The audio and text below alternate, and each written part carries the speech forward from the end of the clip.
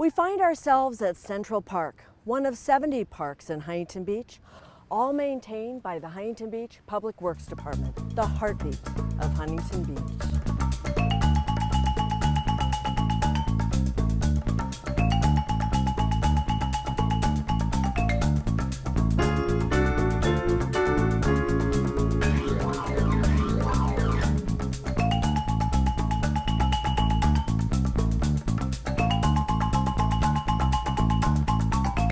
Justin Torres of the Park Trees and Landscape Division of the City of Huntington Beach Public Works Division.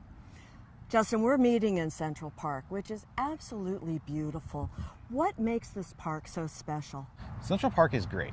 It has a little bit of something for everybody. Whether you just want to get away for an afternoon, walk through the park and get lost and just not know you're in Huntington Beach in the middle of a city. This park was designed with passive areas in mind for people to walk through, sit down, have a picnic, and just enjoy themselves. But it was also designed so that you could have activities here. They have car shows here, they have plays, musicals, including the ever popular Cherry Blossom Festival that will take place right here in the footprint of where we're standing. Justin, just how big is Central Park? Central Park is roughly 350 acres, of which 190 of those acres are developed parkland. Developed parkland is what you see around us right now with the turf, the trees, the pathways, the restrooms, drinking fountains, and all of that requires high maintenance. Just how many people does it take to make this park enjoyable for us all the time? It roughly takes 5 people full-time, 5 days a week to maintain this park. And that encompasses anything from mowing, irrigation repair, trash removal, edging, and trimming of shrubs. More recent years, we've actually outsourced all our maintenance operations, and so we have contractors. We have roughly 6 to 7 guys working here all week long to keep it looking just like this. If the job is done right, you'll never know they were there in the first place. So what is it that they exactly do? Well, from the basics of mow, edge, and blow to keep the turf how you see it today, then also litter removal, because all the guests that come in create quite a bit of trash, and not everyone always cleans up after themselves. So those workers who clean it up and make it so it's usable for the other families that come in, they're highly appreciated. There are a lot of trees here. Just how many are there? Central Park has roughly 3,500 trees in it. The urban forest of Central Park requires quite a bit of maintenance. So if you remember a few years back when we had the drought, it stressed the trees out enough that when we had a shot-hole borer come through here, we actually lost quite a few, and they targeted select species. So we lost most of our sycamore trees and alder trees at that time. That's incredible. And I would think that there are a lot of animals here at the park that depend upon those trees. Yes, there are quite a few animals that depend on them. From birds, we have a population of owls that live behind the library. And those are great to have too, because they also provide rodent control, natural rodent control. So yeah, the trees are a great addition to the urban forest of Huntington Beach, and we hope to keep them healthy and maintain them as best we can. I hear a bird, and when we were walking over here, I saw some geese. There's a lot of wildlife at this park too, isn't there? Yes, there are, and it's actually really big with the birders. The Audubon Society loves to come through here, walk through the back bushes, and take pictures and watch them for hours during the day.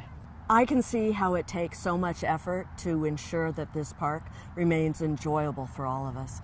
One of the things that I love so much is the lake that's behind us. I love seeing the waterfowl and just really a cut of nature that you can't see in an otherwise very busy city. Talbert Lake, the lake that is behind us, is a great lake. It's in Central Park East, and it allows people to have picnics next to it, to see the waterfowl. Don't feed the waterfowl. We ask you not to do that. It's not good for their health. It's detrimental unless you get the proper bird feed, which if you do that, the children love to do that, and we're fine with that. But this isn't the only lake that we have, right? And Central Park has 3 lakes. Central Park has Talbert Lake that's in East Central Park, which is behind us, and in West Central Park we have Huntington Lake, which is actually a stocked lake, and so you can fish and recreate on it. And then we have another lake that's inside Shipley Nature Center, which goes around the trails, or the trail goes around it, so you can walk around the lake and see other wildlife, birds, butterflies, and all that. So it's really nice to have 3 lakes inside one park. And if you want to count Sully Miller Pond, that would actually be a 4th lake, but that is unaccessible. The public cannot access that lake. Ah, interesting. A hidden lake, okay. Correct. It's a little jewel down there. I would think that for the amount of effort it takes to ensure this park stays healthy, you have to do the same for the lake. Yes, the lake presents unique challenges. because of the wildlife it attracts, it really is difficult to work inside of it around it with some of the rules. We work with Fish and Wildlife. We can't go in and disturb nesting season or the bottom of it.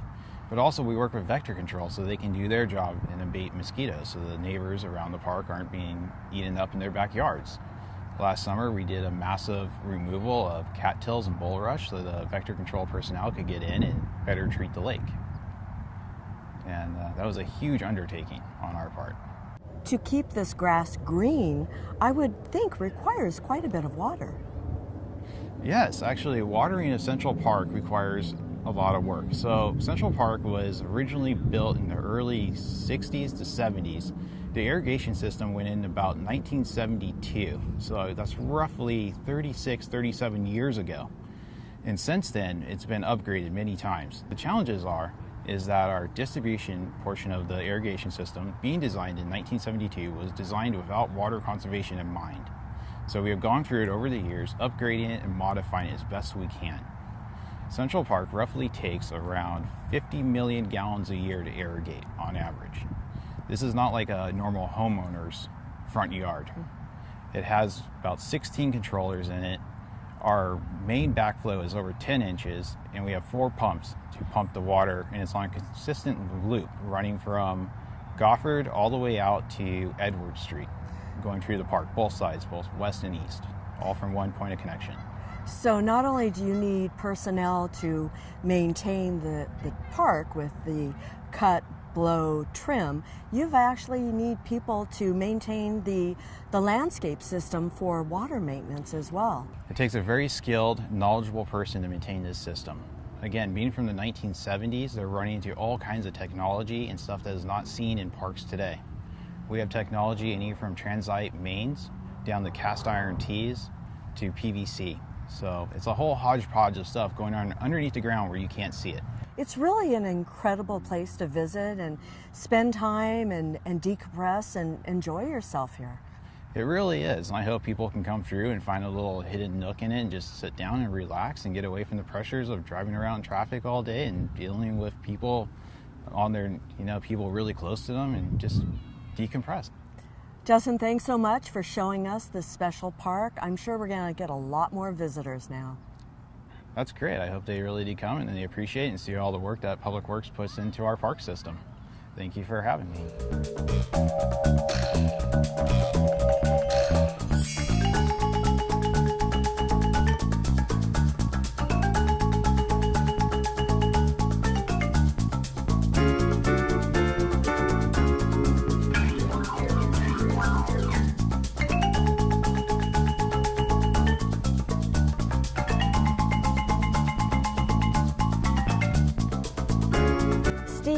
A volunteer here at Central Park. What do you do? Well, we do a number of things. We work with the city to try to get them more budget to help improve the park, which is always a fun thing to do. But we do get our hands dirty also. We get work in the secret garden and other gardens and areas around the park, doing trimming and planting and just to help beautify our beautiful Central Park. Well, talking about beautiful, behind us is the secret garden, which isn't that secret anymore, but tell me about the secret garden. Well, the secret garden is it started off as a zero-escape garden, which the city had built probably 15 or 20 years ago. It was kind of an experimental garden to demonstrate for people to see what type of different plants that they can grow here in Huntington Beach. But as time went on, it had kind of fallen on hard times. It was overgrown. There was a lot of invasives. Stepping stones were uneven, which made it really difficult for people with strollers and wheelchairs to navigate. So we started working about 5 years ago to help beautify the secret garden, getting rid of all the weeds and redoing the stepping stones, putting in a pathway which would make it accessible to all. And accessible to the geese, too. Oh, yes. Yeah, absolutely. We have, this is, Huntington Central Park is a birder's paradise. So, as you notice, the geese and the duck love it also. But people come from all over the world to Huntington Central Park to to see all the different birds that come and visit here. So it's great.